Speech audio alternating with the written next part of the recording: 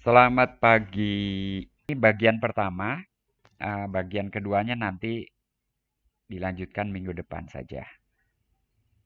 Supaya Anda tidak terlalu banyak juga yang diterima hari ini, pusing mungkin materinya semakin berat ya, semester 2 ini.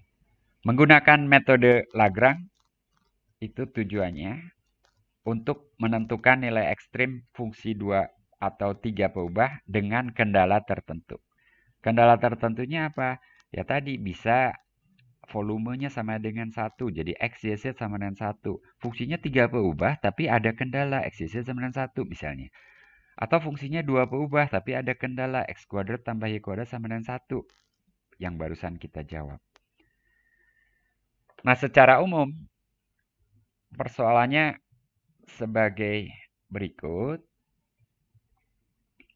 Ini cerita awalnya dulu ya. Jadi, ingat tadi bagaimana kita menyelesaikan masalah nilai ekstrim fungsi ini ya. Fxy-nya sama dengan xy, tapi titik yang dicari titik pada perbatasan x kuadrat tambah y kuadrat sama dengan 1.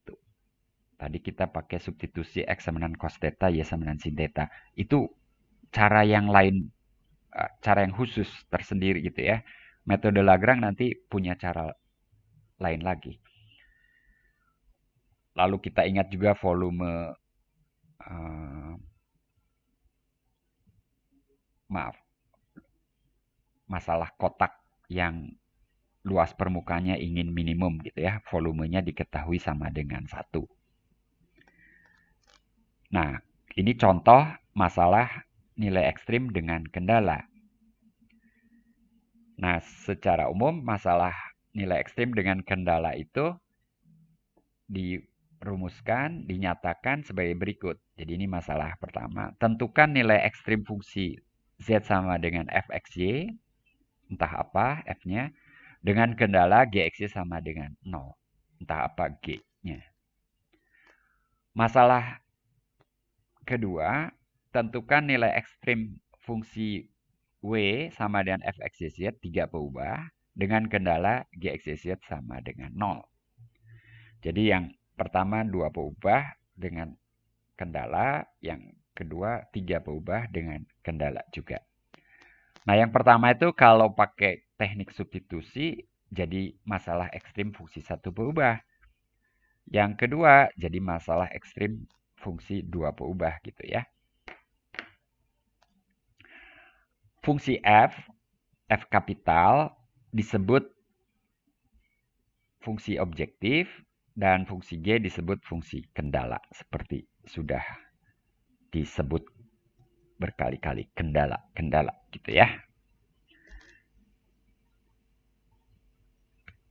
Nah, ini kalau kita tengok kembali masalah kotak yang ingin luas permukaannya minimum, kita coba pakai cara baru ya, bukan cara yang tadi dijawab oleh siapa tadi yang jawab ya? Saya lupa. Azira ya. Jadi L-nya 2 kali XY tambah 2 kali XZ tambah 2 kali YZ. Kendalanya XYZ sama dengan 1. Nah, kalau dinyatakan sebagai fungsi G, G XYZ-nya dalam hal ini XYZ min 1. Karena ini nanti ini sama dengan 0 gitu ya. Ini setara dengan itu gitu ya. Jadi setara. Nah, untuk soal ini kita dapat mensubstitusikan Z sama dengan per XY dan seterusnya seperti yang tadi kita lakukan. Tapi metode Lagrange nanti caranya beda. Oke, ini kita cuma kilas balik dulu ya. Pada soal kedua kita menggunakan X cos theta, Y sin theta tadi dan seterusnya ya. Nah, lalu bisa pakai peta kontur. Itu cara sebelumnya lah gitu ya. Nah, ini lanjutannya dari cara peta kontur tadi. Saya ulangi kalau gitu ya. Jadi si nilai ekstrim itu tercapai ketika ketika kurva ketinggiannya itu bersinggungan dengan kurva perbatasan. Jadi di sini maksimum dan minimum di situ situasinya mirip ya. Kurva ketinggiannya bersinggungan dengan perbatasan. Nah, di titik-titik singgung tersebut, baik kurva ketinggian maupun kurva kendala mempunyai vektor singgung yang sejajar. Vektor singgungnya saya coba gambar dengan warna apa ya? Merah tua, merah ati. Vektor singgungnya katakanlah ini. Sama-sama itu. Atau vektor normalnya sama. Ya, vektor gradiennya juga sama. Ya, vektor gradiennya mungkin lebih tepatnya sejajar gitu ya. Sejajar itu bisa berlawanan arah, bisa searah. Jadi ini nabla F.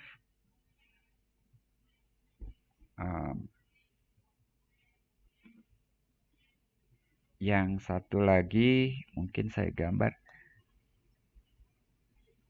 Ini nabla G. Ya. Jadi di titik-titik calon ekstrim itu vektor gradien sejajar dengan vektor gradien dari fungsi kendala. Ilustrasi ini oke, Graito? Oke, Pak. Nah, artinya vektor gradien dari fungsi f, fungsi objektif, merupakan kelipatan dari vektor gradien dari fungsi kendala. Nah, disinilah metode Lagrange masuk gitu ya. Nah, saya udah gambar juga tuh sebetulnya. Jadi metode Lagrange memberi tahu kita cara untuk mencari nilai ekstrim atau lebih tepatnya mencari calon titik ekstrim ya. Jadi untuk mencari nilai ekstrim dari Fp dengan kendala Gp sama dengan 0, tentukan P dan lambda yang memenuhi persamaan ini dan si kendalanya itu sendiri. Jadi nanti kita dapatkan titik-titik kritis. Ya, titik kritis itu calon ya. Ini calon titik ekstrim. Dari persamaan di atas diperoleh lambda, lambdanya nanti disebut pengali Lagrange. Itu cuma nama aja, jadi supaya nanti kalau secara lisan kita bisa merujuk ke nilai lambda itu dengan istilah pengali Lagrange. Cari pengali Lagrange-nya gitu ya. Cari lambdanya yang sesuai. Nah, ada catatan di sini, metode Lagrange itu tidak memberikan kesimpulan apakah titik kritis yang diperoleh merupakan titik ekstrim atau bukan. Kalaupun titik ekstrim, belum tahu juga maksimum atau minimum. Jadi untuk menentukan apakah titik tersebut merupakan titik ekstrim atau bukan, kita harus menggunakan argumentasi lainnya. Biasanya tidak terlalu sulit. 1-2 langkah lagi. Jadi metode Lagrange dikombinasikan dengan argumentasi lainnya. Nah, misalnya, kalau hanya terdapat satu titik kritis, seperti masalah kotak dengan luas permukaan minimum, kesimpulannya mudah diambil. Kalau terdapat lebih dari satu titik kritis, kita dapat membandingkan, mentandingkan, ya, kita tandingkan saja nilai-nilai fungsi di titik-titik tersebut gitu ya. Sebagai contoh, nilai terbesar akan menjadi nilai maksimum nantinya. Hasil pertandingannya gitu ya. Tentu saja kita secara tidak langsung juga menggunakan teorema eksistensi ya. Fungsinya kontinu, maka maksimumnya harus ada. Minimumnya juga harus ada. Maka hasil pertandingan ini ya salah satunya akan memberikan nilai maksimum. Salah duanya akan memberikan nilai minimum gitu ya. Contoh, tentukan nilai maksimum dan minimum. Ini contohnya sama yang sudah kita bahas sebelumnya, tapi kita mau melihat bagaimana kalau kita pakai metode Lagrange ya. Jadi supaya kalian juga uh, bisa mendapat kesimpulan yang kokoh gitu ya. Oh, metode Lagrange tuh begitu gitu ya. Mendapat gambaran bagaimana metode Lagrange bekerja. Jadi fungsi kendalanya ini sudah kita uh, bahas tadi. Dengan metode Lagrange, kita selesaikan dua persamaan ini. Dari persamaan pertama kita peroleh, ini saya langsung aja. Sebentar, saya uraikan deh persamaannya.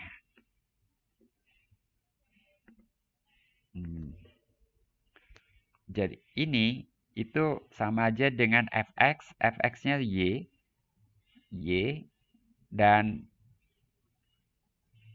del g, gx-nya sama dengan 2x. Jadi 2 lambda x. Oh iya, langsung ketemu ya. Ya, sementara fy, jadi ini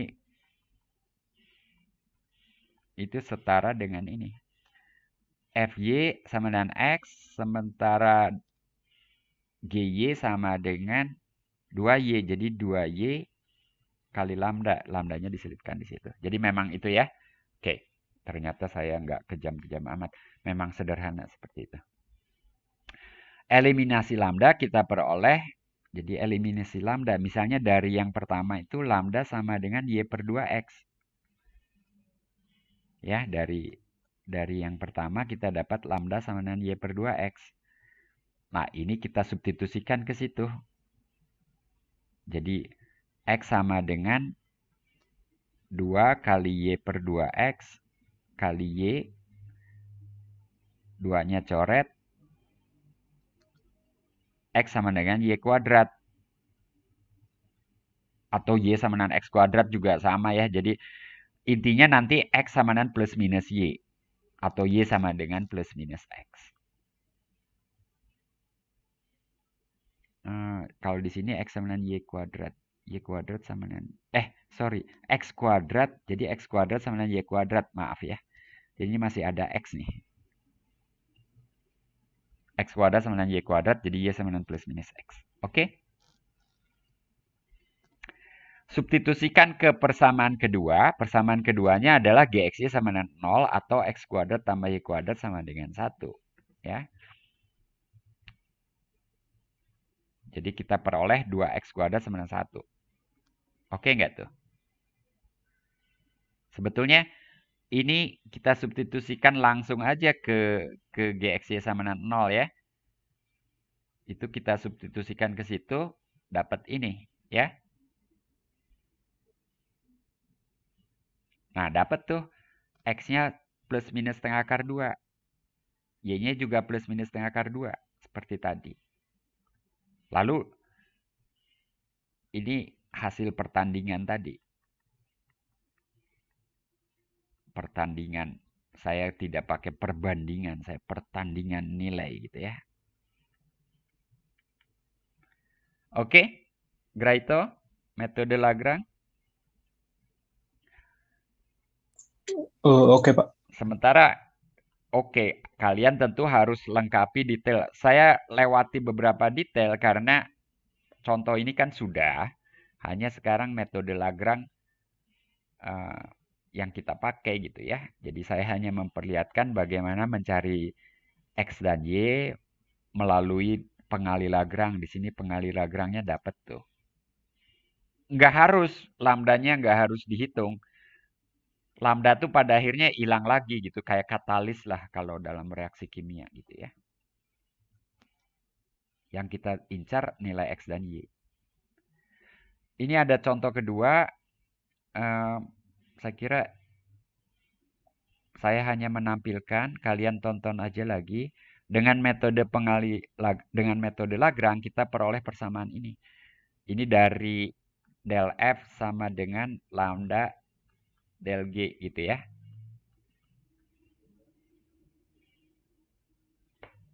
Nah, dari situ nanti eliminasi lambda akan diperoleh X sama dengan Y sama dengan Z. Anda lakukan ya.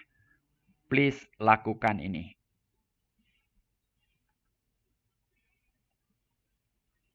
Ya, latihannya itu.